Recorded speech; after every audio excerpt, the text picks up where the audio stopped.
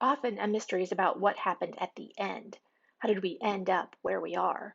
But this mystery, the story of my great grandfather, is the unknown story about what happened at the beginning. We know that at some point Anthony Corbo immigrated from Italy. But when? What was the driving force that brought him to America? Who did he come with? How did he get to Minnesota after arriving? And what were his intentions? Stay and build roots, or return to his homeland, as many Italians in fact did? If the latter, then why the former? What changed his mind? We don't have an official record of birth, but we do have reliable sources that indicate Anthony Corbo was born January 15th, 1894, in Campania, Italy, in the city of Benevento. And because of his World War I draft registration card, we know that he was in the United States in 1917.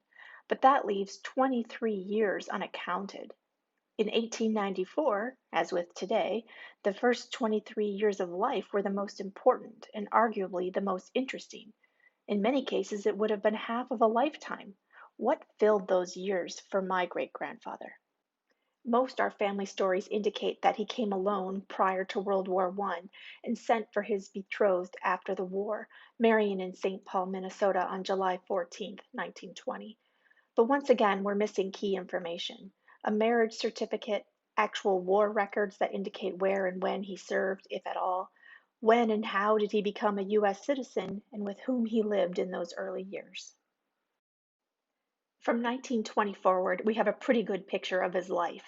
Anthony and Josephine were happily married, they had 7 children, and eventually many, many grand and great grandchildren. He worked for and retired from the railroad and lived until his 97th birthday. The 74 years between 1917 and 1991 were unquestionably important, and there are many, many memorable moments, but they don't tell the whole story. Will we ever know what those early years looked like for Tony? Maybe you have a tidbit of information that could help connect the puzzle pieces.